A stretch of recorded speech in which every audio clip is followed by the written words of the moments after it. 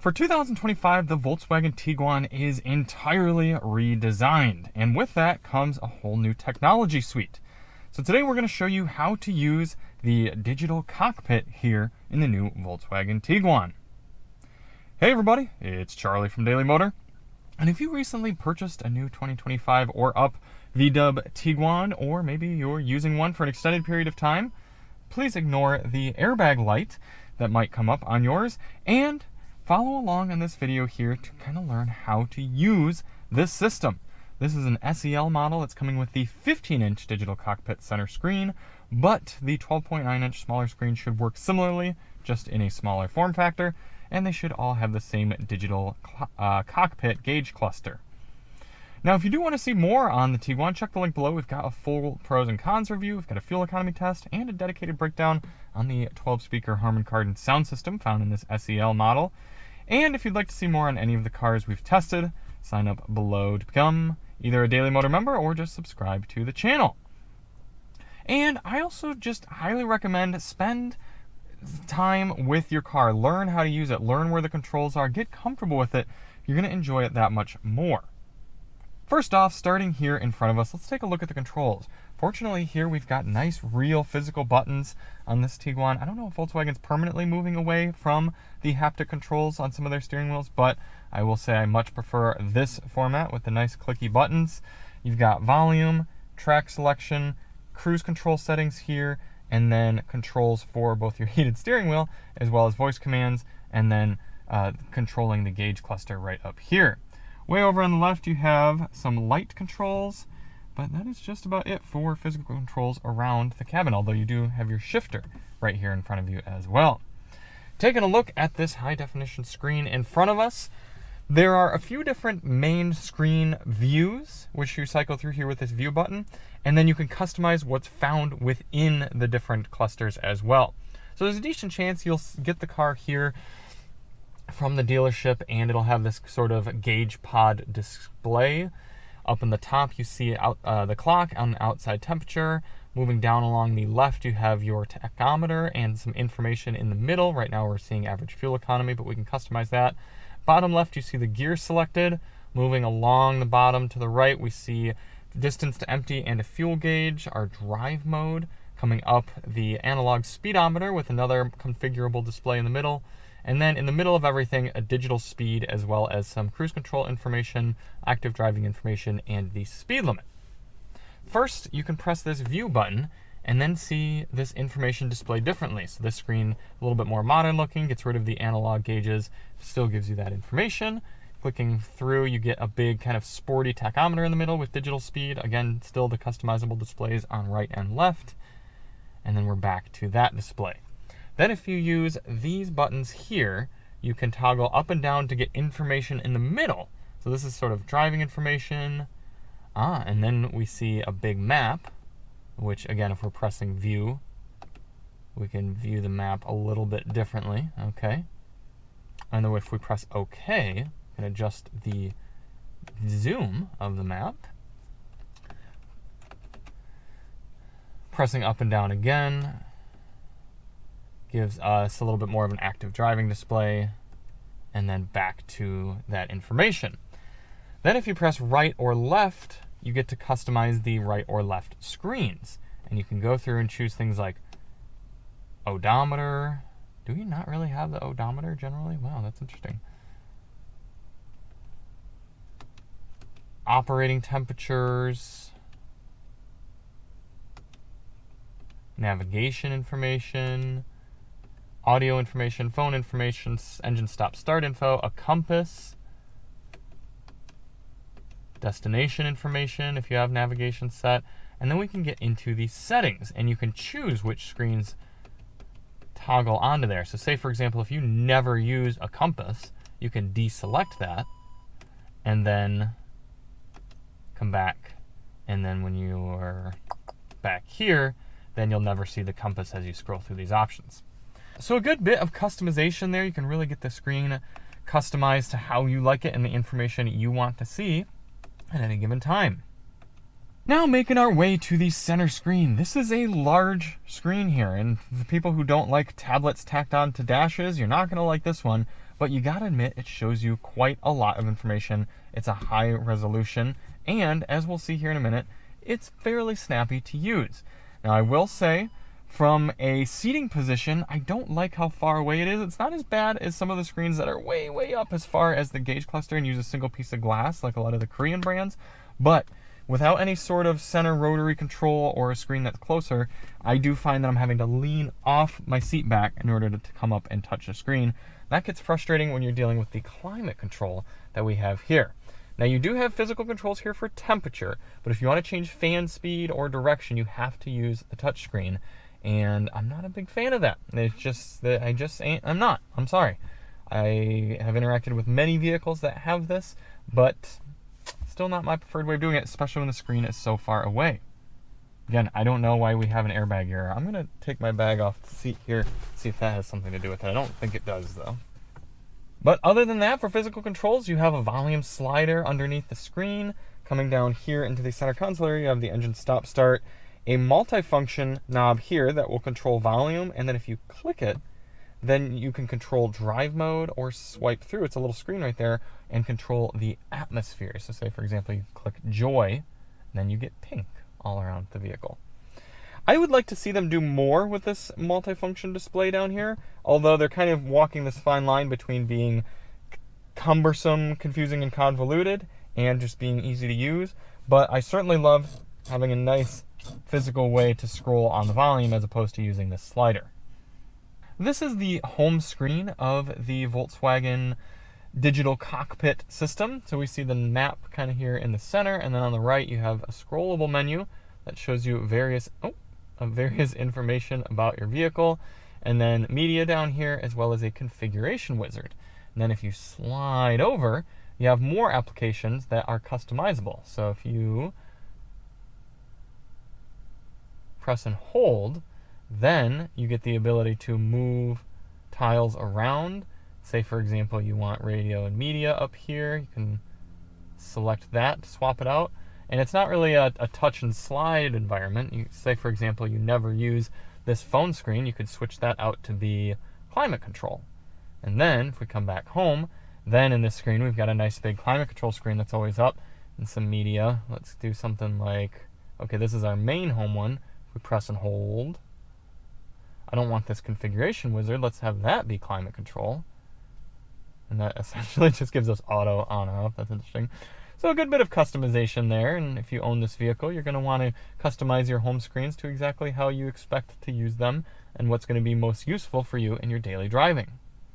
On the top, you're always going to see these persistent controls for your applications, vehicle status, engine stop-start disabling, navigation, phone, media, and phone projection. And then you've got outside temperature and a clock. And then down here at the bottom, you have your temperature, climate screen, fan control, heated and ventilated seats if you have it, that home button, AC, defrost, and passenger temp. So you can click that, for example, and get temperature information. You can click this, for example, and get your climate screen. Bring it back home like so. Can you customize these? Let me see. Yes, you can. Edit app favorites. So say, for example, you never use this telephone. You can switch this to driving mode, for example. Come back home, and then there's a driving mode screen. Or you can press and hold and switch this to the ambient light control. So then very quick and easy to change your ambient lights. So a lot of customization there. I quite like that, and things are quite responsive. Let's bring up the app screen now, and we'll go through the applications as they are relevant. On the telephone screen, if you have a phone Bluetoothly connected via Bluetooth, this is where you're going to be able to view your contacts, recent calls, and use a dialer. But admittedly, if you're connected via Android Auto or Apple CarPlay, you're probably going to handle this through there. Continuing through, we've got our radio and media. You can see I was listening to Tosh Show through Android Auto, but you can click right here to view different sources, such as Sirius XM radio. And from there, you can play pause, switch tracks, move backward or forward, favorite channels or songs. And then you've got media settings down here. Continuing along to navigation, we do have built-in navigation here, so if you don't want to use Apple CarPlay or Android Auto, you can still do navigation. We'll show you some of the voice commands and do some route setting later on here in the video, but you can pinch and zoom, very responsive there. Very easy to move around. Let's see, let's do kind of a north up. Oh, look at that. When you zoom way out, you get sort of a terrain view. That's fun. Why is it not giving me my north up? Do I have to do that here in settings? Basic functions. There we go. Now we're north up. So you might want to just kind of use that as a general map like so. Continuing over here to vehicle, you can see settings for both the interior and exterior vehicle, such as adjusting the head-up display. You can turn it on or off. You can change the position of it and the brightness, even a color scheme, default or when snowing. Huh. Maybe, because the white, that's interesting. I don't think I've ever seen that before. The white head-up display is going to have trouble when it's snowing, so you can actually change the color scheme, and it turns blue. That's funny. Okay, cute. You can change what information you see in the head-up display as well.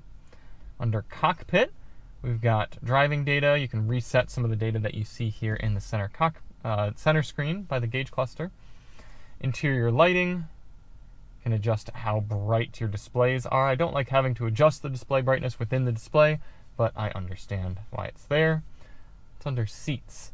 Easy entry on or off. So do you want the seat to move backward to help you get out and then move forward to help you get back in the vehicle? And you can do that for the front passenger seat as well. Interesting. Okay. Then under exterior, we can adjust settings for the exterior lights, have a little animation, turn on when approaching. That's actually kind of nice.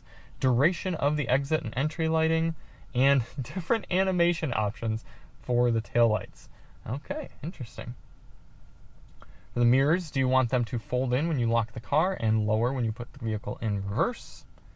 For tires, now this is something kind of frustrating. I was not able to find a readout for the tire pressure monitoring system when I was going to do the fuel economy test here in the Tiguan. If somebody knows a way to view the tire pressures, let me know.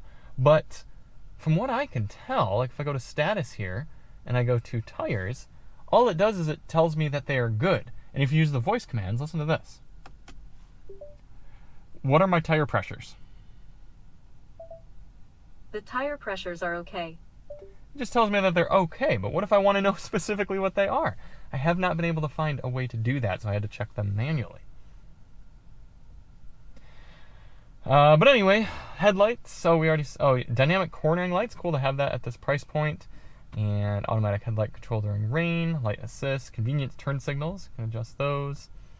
What else do we have? Service position for the windshield wipers. You can put them up like that to change your windshield wiper blades. You can also turn on or off your automatic wipers. Easy open for the lift gate. So when you walk up to the back of the car, you can swipe your foot underneath and have the lift gate open. What do we have for brakes? You can turn off the electronic stability control, the hill descent control, the anti-roll function. Always ask when neutral is selected. That's kind of cool. All right. Opening and closing. What do we have? Keyless access. Lock the vehicle when leaving. Unlock when approaching. That's kind of cool. Central locking. Do you want it to unlock all the doors or just the driver door when you press the button? Okay, a lot of great customization here. I'm really liking this. Window settings. Convenience opening. So you can do that with the key. Very cool. Very cool. A lot of customization. And then moving down over here to status, you can see the status of your oil level. All right, so they'll show us the oil level, but not the tire pressures. Interesting. All right. Over here in settings, we can see when we need to have our next inspection and oil change done. And you can turn on or off the engine stop-start from there. You can also see your odometer and trip meter. All right. Very cool. Continuing back through the applications, we'll skip Android Auto for now. What's under parking? Brings up our camera, so you can see the 360 cam here on the SEL model, as well as use the parking assist. Pretty decent camera system on this one. Coming back and going to assist systems, here's where you can turn on or off many of your driver assist settings, such as the lane keeping assist, speed warning, adaptive cruise control settings. What do we have under there? Reaction to maximum permitted speed. So if you start speeding, does it freak out? Interesting. Okay, reaction to route ahead. Ooh, I like being able to turn that off because I do not like when your taking a corner with the adaptive cruise control and it automatically slows the vehicle down by a few miles per hour. Don't like that. Continuing on, we'll skip settings for the moment. We'll come back to that. Under experiences, this is something we saw a little bit sneak peeked. Man, coming up with some silly words today. Saw this earlier. You can choose from various experiences that change the background as well as the color settings around the vehicle for the ambient light and the gauges, or you can turn that off and manually control your ambient light and themes of the system. Then you have driving modes here as well: Eco, Comfort, Sport, Custom, Off-Road, and Snow. With Custom, you can press this gear icon, customize all these various aspects of the all-wheel drive, the driving dynamics, the steering, the drivetrain, the adaptive cruise control, the lighting assist, and the climate control. And they're really hitting the customization aspects for this new Tiguan. Under ambient lighting, we saw that earlier, you can customize two different sections, both the gauges and the actual lighting in the car. So that's kind of cool. You can adjust the brightness of it as well, or you can just go by these moods: infinity, eternity, desire, euphoria, vitality. Anyway, off-road screen. I like that we have this. Despite this not being a very off-road oriented sort of vehicle, we still are able to see steering angle, turn on or off the electronic stability control, the hill descent control, the driving mode. And then under displays, we see this customizable ability to see 3 different readouts. These could be larger. There's a lot of dead space here, I'm going to say that. But you've got altitude, compass, engine oil temperature, and engine coolant temperature. So we've got 5 different screens to choose from, 3 different gauges that all show you the same things. They should just be a bit larger.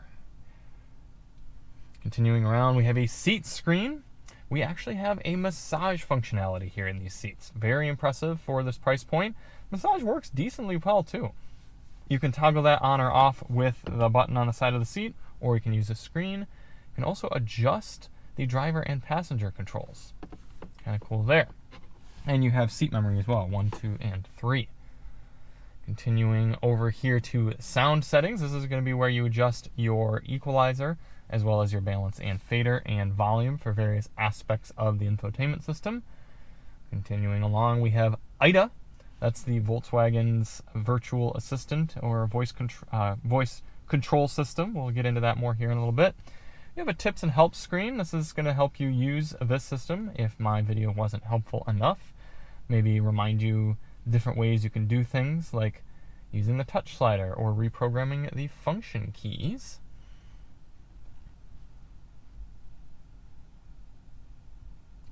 Coming back, and we've got a climate control screen. I think we saw this, maybe we didn't go to this yet earlier, but you can adjust where the air is blowing.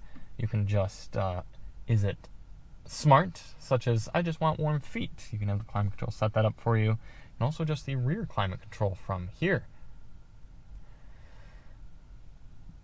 And then the last 2 screens are a setup. If you purchase this vehicle, you need to set up the phone application to connect and some legal notices. One functionality I failed to mention earlier is the fact that you can pull down from the top here and get some quick toggles. You can mute your audio, get quickly to your sound settings, adjust the brightness of the screen, and set various favorites. And also, say for example, you use the, I don't know, your last destination. That's something you can customize up there as well. And swipe it closed. Now let's dive into the settings. We're not going to go through every nitty-gritty setting here in the screen, but kind of see what's useful to know. Under screen, display time and standby mode. So you can actually turn the screen off by holding this power button, and then you just see and clock, or you can swipe through and get different clocks. Okay. Back seat passenger reminder tone. No, beeping at us for the airbag again. But if you have children, you might want to have this on to remind you that you may have left them back there. You can also turn on or off this click sound right there. Infotainment system touchscreen tone. Then when you click things, there's that clicking. So I like having that off. Under time and date, you can adjust your time and date settings. Very straightforward there. You can also go through different time zone settings. Language, we've got English, Spanish, and French. More, let's skip that. Units, we've got many different units for all the different portions of your vehicle. Voice assistant settings. Newsfeed settings. Man, there are a lot of settings in this vehicle. Holy cow. Okay, so if you plan on using the voice commands a lot, you're going to want to go through and customize these. Goodness, I'm not going through everyone. I'm sorry. Dialogue tone, though, this is going to be useful if you do use your voice commands a lot. If you don't want her to say anything at the beginning of the speaking, then you'll turn that off. So I'll just show you a quick preview so you understand what I'm saying. What's the weather like tomorrow? Tomorrow it will be sunny in Irvine with temperatures between 61 and 75 degrees Fahrenheit. So you see how there's that little tone? If I turn this off, what's the weather like tomorrow? Tomorrow it will be sunny in Irvine. You see how it didn't have that little beep? So you can turn that on or off. You can also adjust the volume. Voice assistant volume. Right there. Voice assistant Display the voice input, so the little display icon that you saw coming up. Use that, and answer calls without the wake word. So if you get a call coming in, you can simply say answer without having to use the activation. Wireless charging, you can turn that on or off, and then down here at the bottom you can reset to factory settings. That's nice to have if you're purchasing this car new or selling it. You don't want your personal information on there. Then down here under network, you can connect to a Wi-Fi network in order to download over-the-air updates, such as at your house or work. And then you can also turn on a hotspot. So if you pay monthly, you can use the vehicle hotspot to provide an internet connection to wireless devices here in the car. Then under mobile devices, we're going to see this later when we pair up our iPhone, but you can see which devices are connected to the system. Down under information, that's pretty much just information about the screen. And then under configuration, this is a configuration wizard that'll actually help you set up this car to be customized for you. You should definitely go through that if you recently purchased the Tiguan. And a pretty shallow settings menu there. That's because Volkswagen has kept a lot of the settings outside and in their own specific menus. I kind of like that they've done that.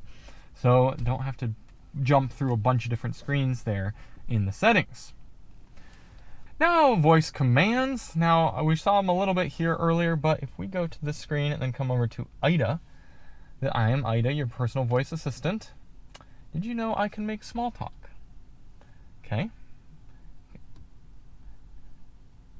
Ida newsfeed. Show me my newsfeed.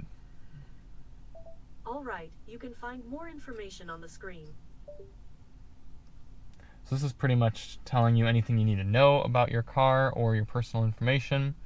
You can activate her in a few different ways. You can say hello this or hello that, or you can create your own wake words such as Volkswagen. Actually, that's a terrible wake word option. Let's do yo, yo, yo.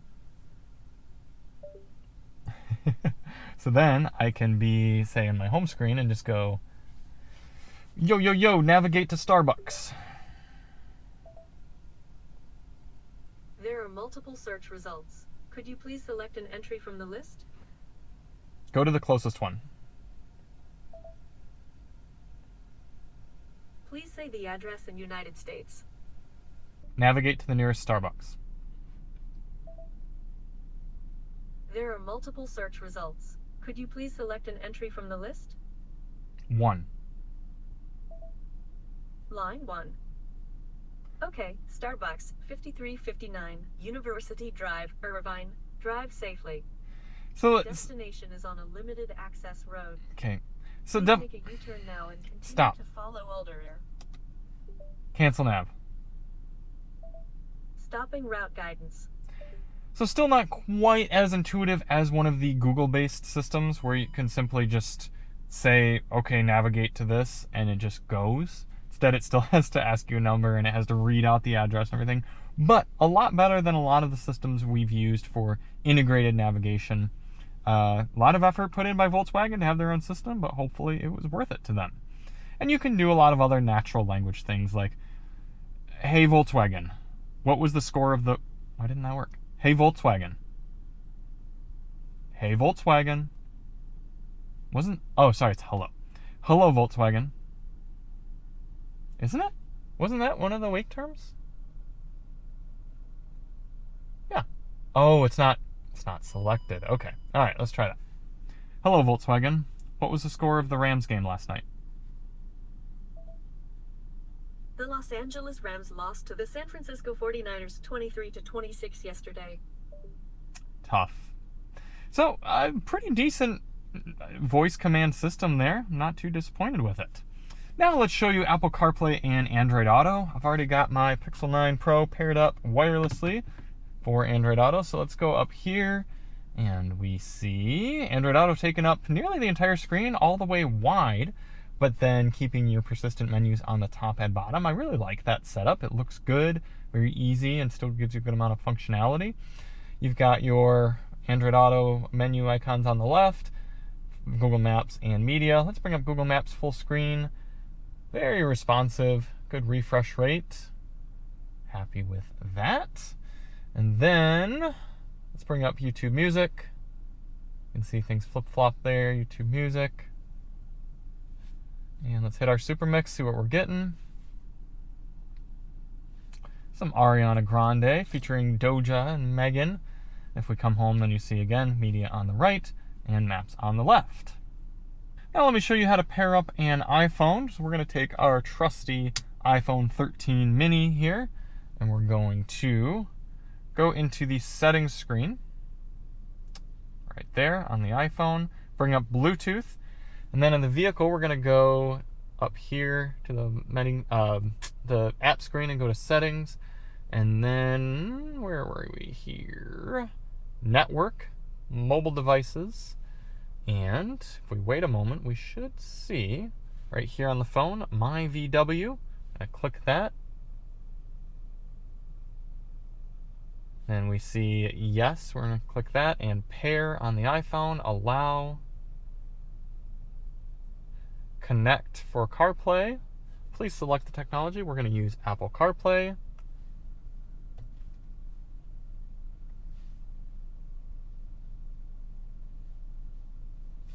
Bada bing, bada boom, just like that, we've got CarPlay coming up, looking similar to the Android Auto setup where you've got your nav on the left, media on the right, and you have the persistent menus on the top and bottom. A little bit of a larger resolution.